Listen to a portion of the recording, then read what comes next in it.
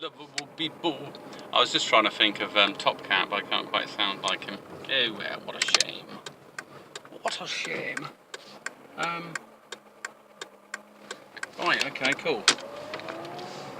So I might actually start to be looking thinner. I don't know what I look, if you've seen me in any other videos. But if I am looking thinner, that's cool. It's very unusual stuff. So initially, now this bit of neck of the woods.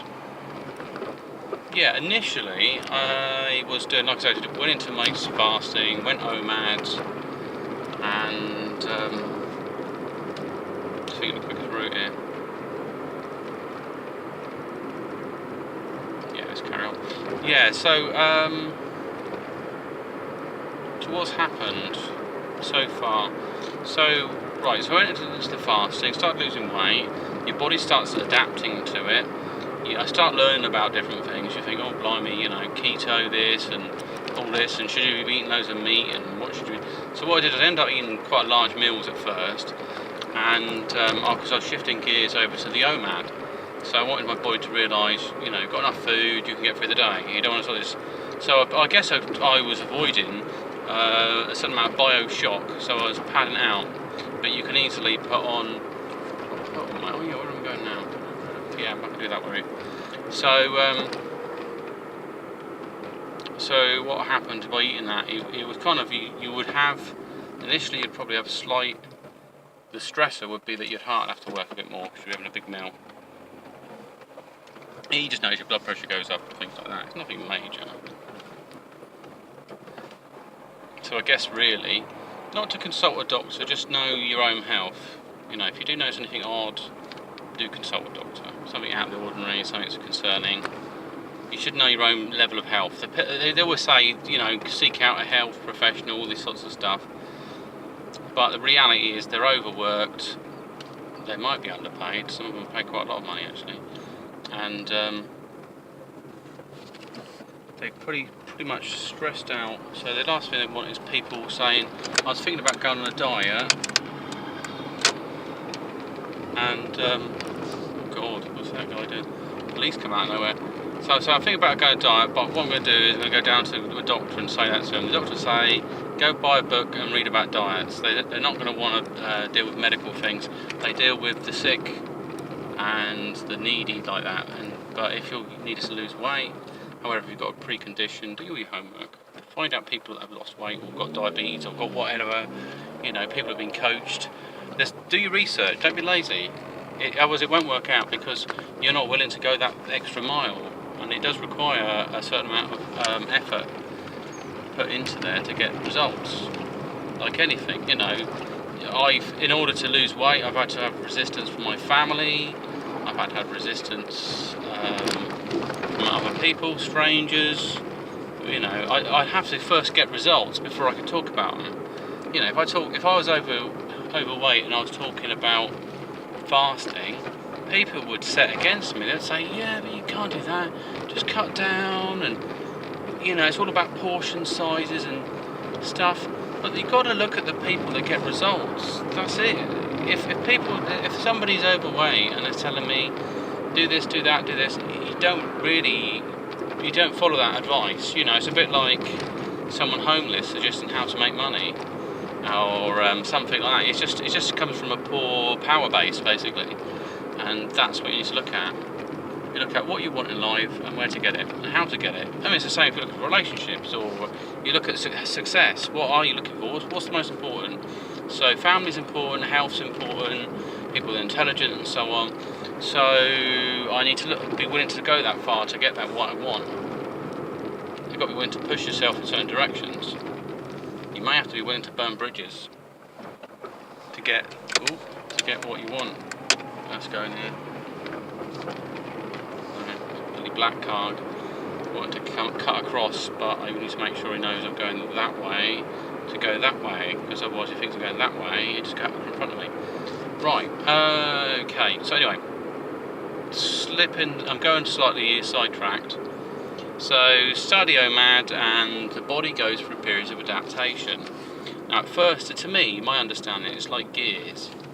So what I've done is I've had to grease the wheels or wake my body up to the point where it needs to use other resources it's got available, and so it needed to become more aware of that. Now it's implementing some other things, like basically it is the ultimate fat adaptation, where your blood vessels are starting to grow into your fats, and you can feel it, and you start actually cooking up the fat really quickly. So now I'm doing it. Actually, I'll tell you what's triggering it. If I start having things with virtually no calories, so I had a few cups of tea, my body knows it. It says, well, it's got no sugar in it. Fat burn, and it starts doing that. It goes straight for it. I can feel it in the moment, this warm sensation. And so the next stage out further than that, if your body's warming up and it's adapting quickly, is thermo-genesis. So thermo-genesis, you start using temperature environment changes. And so, like yesterday, I ate loads of food and stuff, and I was at some meal, and I was more of a warrior diet. I didn't have a strict feeding window, because I had a breakfast, and I had a kind of meal as well, and then in the afternoon I did have nothing. However, I worked all day, so I worked a solid chunk of a shift, and then when I got home, I had a cold bath. I just ran the cold tap and sat in it. Now this is quite important, the stages. Now if you want to practice shock treatment, shock resistance, then you put yourself in an environment that is a bit like powerlifting. You hit a high weight ratio and you blast it, and then you let your body recover. So you might get in a really cold environment and you'll find it hard to adapt for that period, but then you adapt, and then when you've adapted, you probably leave that environment and normalise, because for recovery, because you're improving the speed of recovery and the type of shock level you can take. That's what that does. So what you're trying to achieve, though, if you're looking to stay in that environment, you want to reduce the bioshock, or you're conditioning your body to deal with it, and it's a bit like with weightlifting. You're going to condition yourself to do high level reps, low level reps with a lot of weight ratio added to it. You might sort of think around light weights if you've ever been injured with a high level as a kind of recovery. Depends on what kind of damage you've done to yourself, or the absence of weight. I've seen some people are trying to lose weight and they're not sweating, they're doing a light amount, and I was thinking, what's going on there? What are you doing with your body? It's a bit like someone told me once, I won't say who they are, they said, have you tried using like cans of beans to exercise and things like that? I was thinking, cans of beans, do you know how many I'd have to do to get any benefit from that? I'd have to do a friggin' 1,000, or maybe more. It's the same when I used to do like punches and stuff, like karate punches and things. You've got to at least do about 2,000 to fill the internal works. It starts working on your lungs as you punch. You'll condition yourself to react to that. So you have to do a hell of a lot to get there. So anyway, so the next stage, so I've moved into this stage whereby my fats have adapted, my blood vessels are starting growing into it, I can feel it. You get a funny weird burning sensation or hot sensation there. I can get in cold water, and so I'm easily sitting there for about 5-10 minutes, and when I'm ready I lay down. So I just got but with the legs, just get your legs right down in that cold water, and then you lay down in it, and that's kind of fairly easy. I'm not particularly shivering, because the shock I got over by sitting in it. It started cooling my blood down, and the rest of my body, the muscles are warming up. They're keeping warm to keep me functional, but when you go in the water, it still keeps itself warm. It just amps up a bit. So my body's cooking it up at a higher temperature and adapting. And so you mix between these different ratios of having a cold bath, and then if your body starts getting injuries or other problems with it, have a nice hot bath and do things to recover. If you're probably tendons, like your tendonitis and your ankles and stuff, it will take it away, the cold water and the inflammation. But during your resting period, you probably want to put a pair of socks on or something. Make your feet warm. You'll probably do your hands. Just let them warm up in the recovery stage, and that way you'll be fine. And yeah, so body's doing a lot of things at the moment. I'm starting to feel the benefit. Like I say, and it was all of a mixed up window, and I've got to turn in here, haven't I?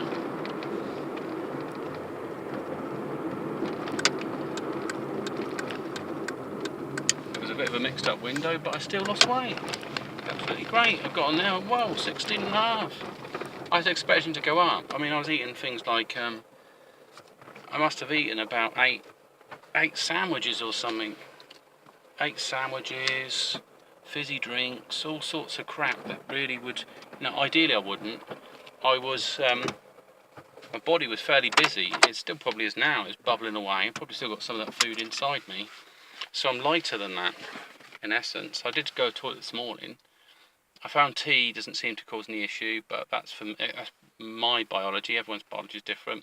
I might explore different teas, and I might actually grow some of my own tea to see how that pans out. So it's definitely next stage for OMADers. Get yourself into a cold water. See how your body's adjusted to well, basically by not having food, your body's adjusted to become more efficient, and it also had the effect of that as well. It's got the thermo-genesis side of it, where your body can warm up quicker and react to situations better.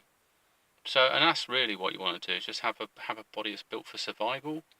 So I'll see how far it goes, because what I do at night, as I mentioned before, is I tend to sleep on the covers naked, and I let the cool air get there. And if I wake up early on, I just end up wrapping up warm. It's not really a big problem. Or just make sure like my ankles are covered if I've got an issue there. So that's fine. Anyway, this is Pixie signing off, and I will speak to you again sometime.